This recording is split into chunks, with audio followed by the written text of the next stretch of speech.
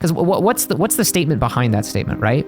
That living a life of sin is supposedly nicer than living a life of righteousness. Why not try to game the system and sin as much as you want, right before you die, repent? So let's make a couple assumptions which are completely false, but let's just make them anyway. Let's say you know exactly when you're gonna die. Let's say you know that you have like 10 years to live, right? So let's say 9.9 years or something, I don't know. You sin as much as you want, you do as much as you want. And let's say somehow that doesn't actually affect your lifespan, because that's another thing, right? Living a life of sin is dangerous. That can cause you to have an early death.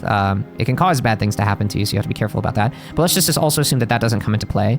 And let's also assume that you somehow still manage to repent at the end of that 9.9 years. Can you still repent and be saved? I believe yes. The thief on the cross, at the very end, he repented and was saved. So I do very much believe you can do it. Because he managed to repent, but I do believe it becomes a lot harder. I do believe people get hardened hearts. But even then, over the 9.9 years that you spent, or I don't want to say let's say I did this, right? That I spent living selfishly. In my case, let's say this is me, right? Let's say if I lived that way, how would I do that? So I'm still let's say I was still commissioning pornography. Let's say I was still NSFW roleplaying with people. Let's say I was still looking at pornography every night and jacking off to it or whatever. And let's say I'm still promoting like lustful content and leading other people into that.